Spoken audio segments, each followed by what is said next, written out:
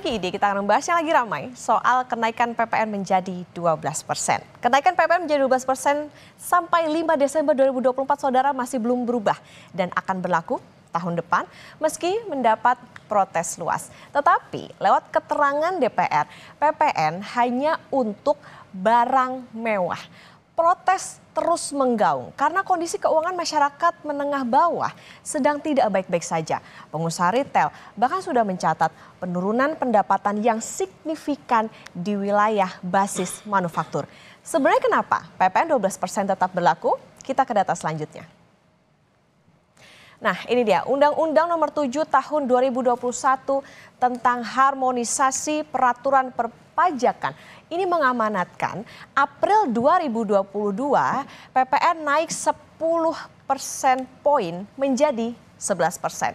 Nah selanjutnya di tahun 2025, bentar lagi nih ya, atau sekitar 3 pekan dari sekarang, PPN ini wajib naik menjadi 12%.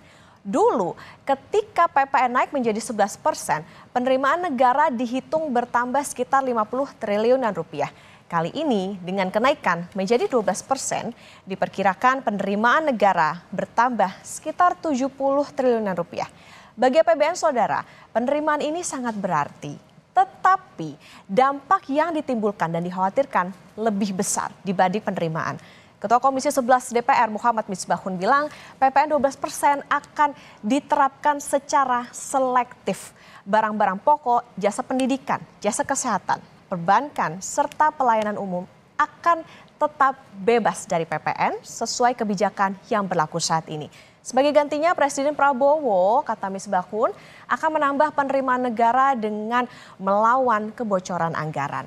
Hanya barang mewah yang kena kenaikan PPN 12%. Kita ke data selanjutnya. Ya, tapi sebelumnya disclaimer saudara, ini 12% maksudnya adalah Januari 2025, bukan 2023. Nah, masalahnya penerapan PPN sebesar 12% secara selektif untuk barang mewah ini dalam keterangan bersama DPR 5 Desember lalu tidak ditegaskan apakah sebagai pajak penjualan barang mewah PPNBM atau gimana. Nah, definisi barang mewah ini apa sih? Kita buka dulu pengertian PPNBM ya. Nah ini, pengertian PPNBM adalah pajak yang dikenakan pada barang yang tergolong mewah kepada produsen untuk menghasilkan atau mengimpor barang dalam kegiatan usaha atau pekerjaannya. PPNBM ini saudara hanya dikenakan satu kali pada saat penyerahan barang ke produsen. Nah selanjutnya berapa tarif PPNBM? Nah ini dia saudara, ini adalah barang-barang yang kena pajak yang tergolong barang ini ada barang yang bukan barang kebutuhan pokok, kemudian barang yang dikonsumsi oleh masyarakat tertentu, barang yang umumnya dikonsumsi oleh masyarakat berpenghasilan tinggi, dan barang yang dikonsumsi untuk menunjukkan status. Nah, tarif PPNBM saudara yang paling rendah adalah minimal ini dia 10% dan yang paling tinggi adalah 200%. Perbedaan tarif PPNBM ini didasarkan pada pengelompokan barang yang tergolong mewah yang dikenai PPNBM. Kemudian pengelompokan barang-barang yang dikenai PPNBM terutama didasarkan pada tingkat kemampuan golongan masyarakat yang menggunakan barang tersebut. Di samping didasarkan pada nilai guna barang bagi masyarakat pada umumnya. Jadi nggak semua barang mewah kena PPNBM dengan nilai yang sama. Jadi apa aja ya barang yang kena PPNBM? Kita ke data selanjutnya. Nah ini dia apa saja barang yang dikenakan PPNBM, ini adalah kendaraan motor kecuali ambulan, kendaraan jenazah, pemadam kebakaran, kendaraan tahanan, angkutan umum kepentingan negara. Kemudian kelompok hunian mewah seperti rumah mewah, apartemen, kondominium, total house dan juga sejenisnya. Nah ini dia saudara, jadi yang dimaksud pengenaan selektif pada barang mewah itu gimana? Nah itu yang belum terjawab. DPR tuh hanya bilang kenaikan PPN 12% ini dikenai kepada masyarakat kelas atas yang punya kemampuan membeli barang mewah. Jadi tinggal tunggu pemerintah nih detail klasifikasinya ini gimana. Tapi sebelumnya saudara kita dengar dulu penjelasan dari Ketua Komisi 11 Misbahun yang bilang PPN 12% berlaku selektif untuk barang mewah berikut ini. kita akan tetap mengikuti undang-undang bahwa PPN akan tetap berjalan sesuai jadwal waktu amanat di undang-undang, yaitu 1 Januari 2025, tetapi kemudian akan diterapkan secara selektif kepada beberapa komoditas, baik itu barang dalam negeri maupun impor yang berkaitan dengan barang mewah. Sehingga pemerintah hanya memberikan beban itu kepada konsumen pembeli barang mewah. Masyarakat kecil tetap kepada tarif PPN yang saat ini berlaku. Sehingga nanti tidak berlaku lagi, rencananya masih dipelajari oleh pemerintah, dilakukan pengkajian lebih mendalam bahwa PPN nanti akan tidak berada dalam satu tarif. Dan ini nanti akan masih dipelajari.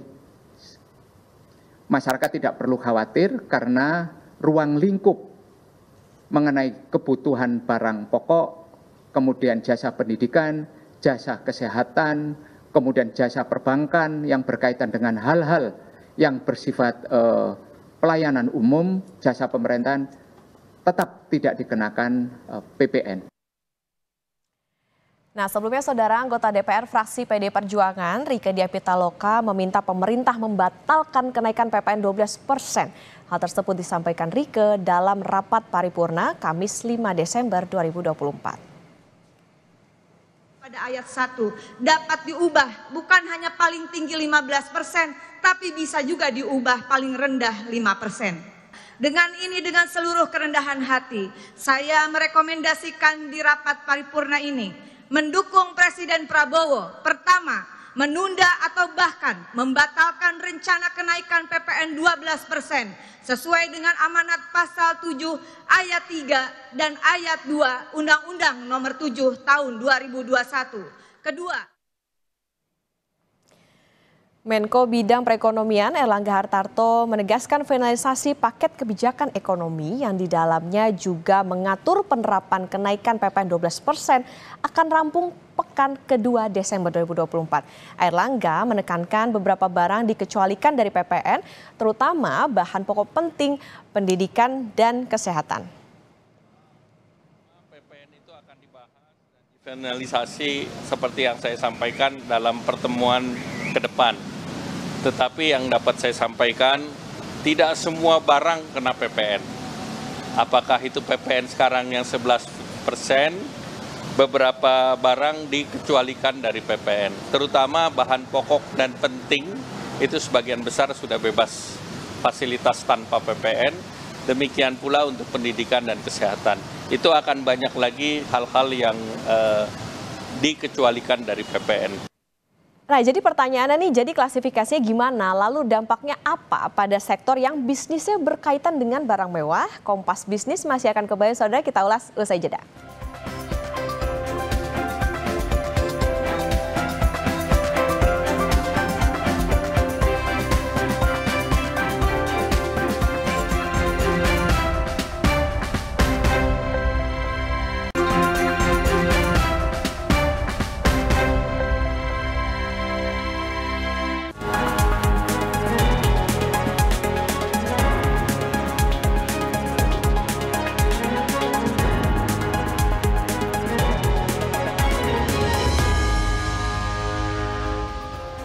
Kompas Bisnis kembali hadir untuk Anda, saudara. Dan kali ini kita sudah bersama dengan Direktur Ekonomi Digital Center of Economic and Law Studies atau CELIOS, Nailul Huda. Selamat pagi, Mas Huda. Selamat pagi, Mbak.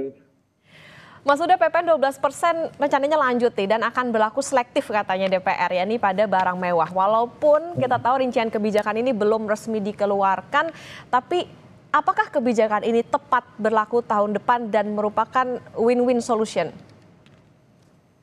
Ya, Mbak, memang sepertinya kebijakan ini merupakan exit strategi ya, yang tawarkan oleh DPR kepada pemerintah untuk tetap menetapkan tarif PPN 12%, tapi tidak memberatkan masyarakat. Walaupun kita sebenarnya masih bertanya-tanya apa sih definisi barang mewah? Karena kan kalau kita lihat sendiri di peraturan di Indonesia sendiri ada PPNBM atau PPN atau pertambahan nilai untuk memang beberapa barang mewah gitu. Nah, apakah ini akan mengikuti barang-barang yang ada di PPNBM atau akan diperluas untuk skop dari definisi barang mewah itu sendiri? Nah, ini yang kita nanti-nanti sebenarnya, Mbak. Apakah memang ini akan sama dengan PPNBM. Nah, ketika ini ditawarkan, saya malah bertanya gitu kan, mengapa ketika PPNB untuk barang mewah saja, tapi yang disasar adalah tarif PPN yang dia secara luas gitu kan. Padahal kita mempunyai peraturan mengenai PPNBM gitu. Nah, ini yang jadi pertanyaan saya gitu kan kepada pemerintah, kepada DPR khususnya Pak Misbahun kemarin yang menyampaikan ini akan diterapkan kepada barang mewah saja. Kenapa tidak PPNBM-nya saja tarifnya yang dinaikkan, tapi mereka justru menyasarnya ke PPN yang umum yang naik dari 11 ke 12%. Artinya Mas Huda melihat ini dengan dinaikannya atau dibilangnya nih untuk yang selektif, ini cuma buat menuhin aja atau menjalankan amanat undang-undang saja begitu, Mas Huda? Ya, kalau saya sampaikan sebenarnya undang-undang tersebut tidak terlalu kuat juga untuk mengamanatkan adanya kenaikan tarif PPN 12%. Karena pertama satu seperti ini, di undang-undang itu seharusnya memang tidak ada angka yang pasti untuk waktu ya, karena kita lihat waktu ini yang menjebak sebenarnya. Ada PPN, ada undang-undang yang mengatakan 1 Januari 12% gitu kan. Padahal harusnya melihat dari situasi dan kondisi masyarakat yang ada untuk ya mengevaluasi sebelum menerapkan PPN itu tarifnya naik atau tidak. Nah, yang kedua adalah tadi juga di VT sebenarnya sudah disampaikan oleh Mbak Rike ya, itu bahwa ada pasal-pasal lainnya yang saya rasa ini juga bisa membuat pemerintah menetapkan tarif PPN itu ada di angka 5-15%. Artinya pemerintah ini bisa loh tidak menaikkan tarif 11% saja atau juga bisa menurunkan gitu. Nah, ini yang memang seharusnya dilihat gitu kan. Jangan hanya saklek kepada amanat undang-undang harus dijalankan, tapi tidak melihat pasal-pasal lainnya karena pasal-pasal lainnya itu saling terkait dengan pasal pasal satu dengan pasal lainnya juga. Berarti artinya sebetulnya ada opsi dan juga bisa lihat situasi masyarakat seperti apa sekarang. Mas Ya. Huda, penegasan aja barang mewah ini kan udah kena pajak penjualan barang mewah atau PPNBM 10-200%. Dengan statement pemerintah kemarin, apakah artinya barang mewah ini tetap akan kena 2 pajak? Jadi ada PPN sama PPNBM atau gimana nih? Atau gimana formulasi yang tepat untuk kenaikan ini? Ya, memang kalau untuk pajak barang mewah, untuk barang-barang mewah ya, itu memang ada dua, selain ada PPh juga dan sebagainya, itu ada PPNBM dan PPN. Memang itu sudah dilakukan sejak lama gitu kan. Kalau pertambahan nilai sudah pasti itu kan ya untuk melihat ini ya, melihat dari pajak value added yang diterima oleh negara gitu kan. Tapi kalau PPNBM artinya memang ini untuk barang-barang mewah yang fungsinya adalah redistribusi sebenarnya.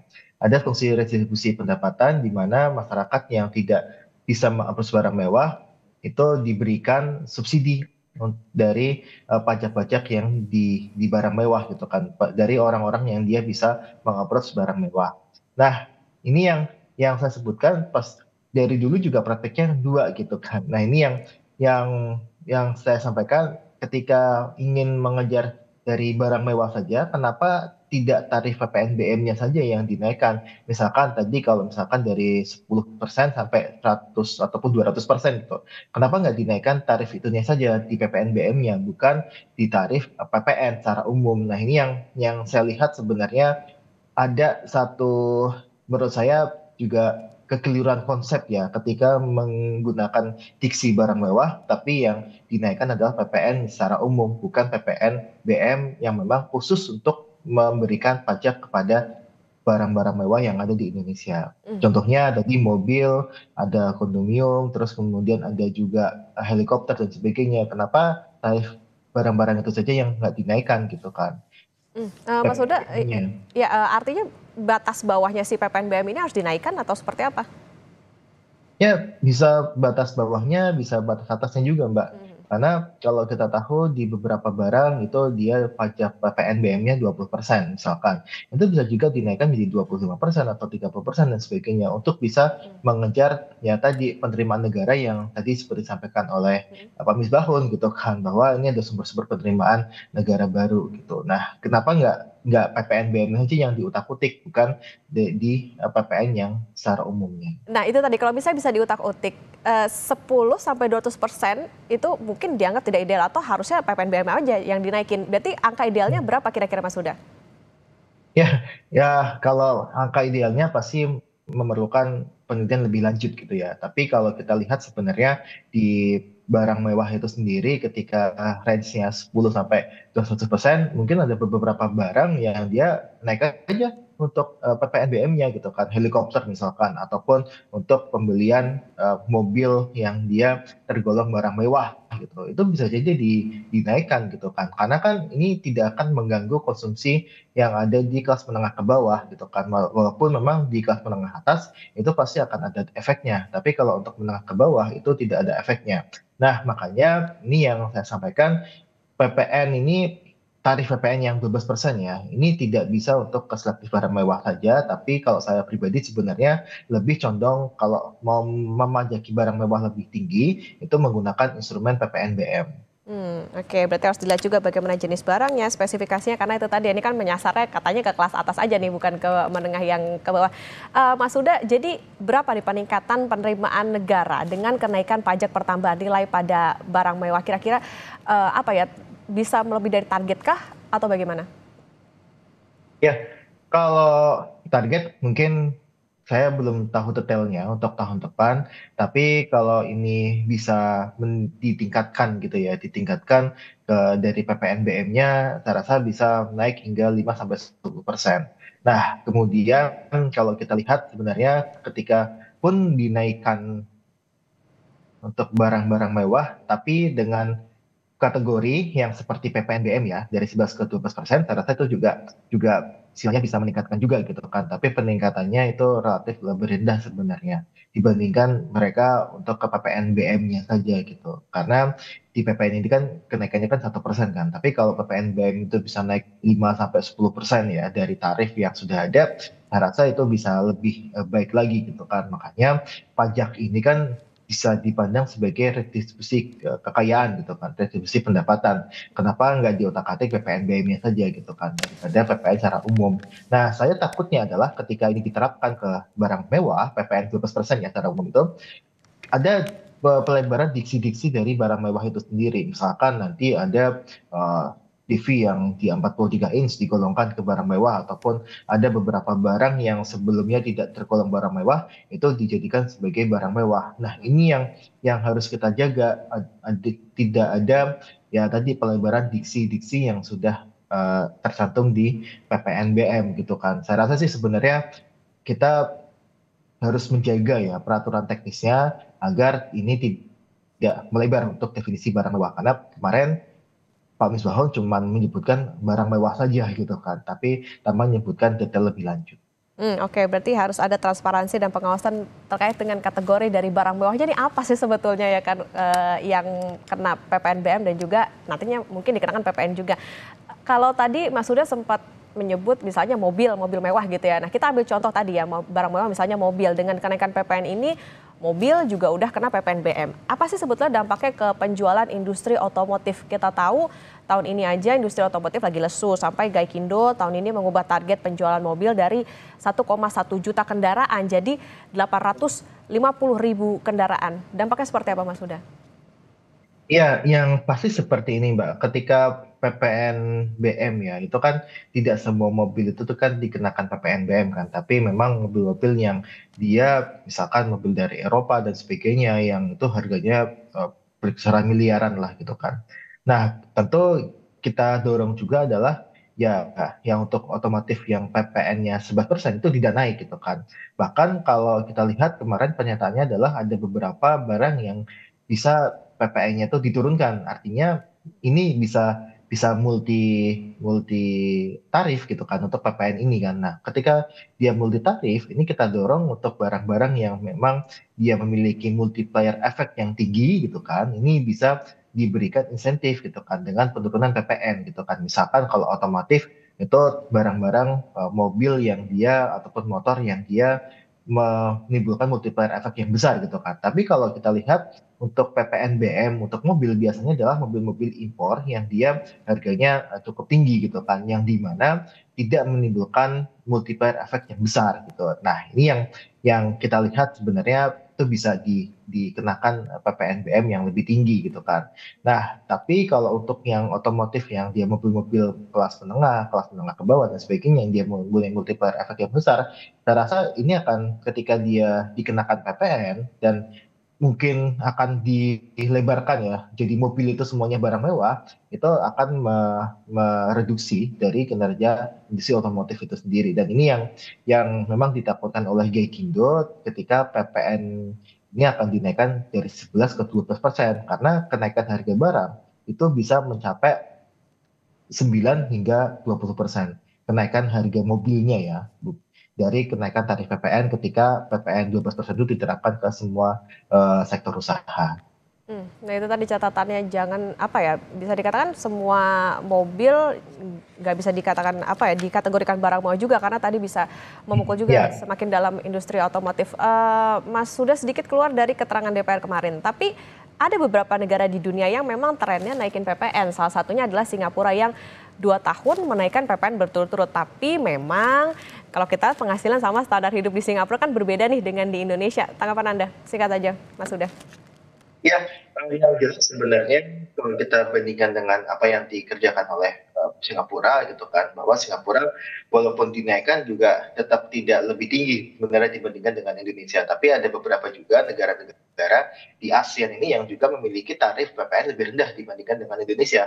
Bahkan kalau kita lihat datanya, Indonesia ini menjadi juara kedua dalam tarif PPN setelah Filipina dia tarifnya 12%, Indonesia di 11%. Ketika itu dinaikkan, memang Indonesia ingin juara satu, tapi juara satu dalam hal tarif PPN. Nah ini yang kita kritik juga, bahwa seringkali pemerintah itu menyampaikan tarif PPN kita rendah dan sebagainya. Tapi kalau kita lihat data, ternyata hal yang faktanya berbalik dengan apa yang disampaikan oleh pemerintah, bahwa ada banyak sekali negara-negara yang juga memiliki tarif PPN di bawah tarif PPN Indonesia. Oke, juara satu tapi bukan yang diharapin nih kayaknya nih kalau naik PPN. Nah tentu gimana nanti klasifikasi soal barang mewahnya nih yang tentu kita tunggu bagaimana keputusan dari pemerintah soal PPN dan juga PPNBM. Terima kasih Direktur Ekonomi Digital Center of Economic and Law Studies atau SELUS, Mas Nailul Huda sudah bersama di Kompas Bisnis. Sehat selalu Mas Huda.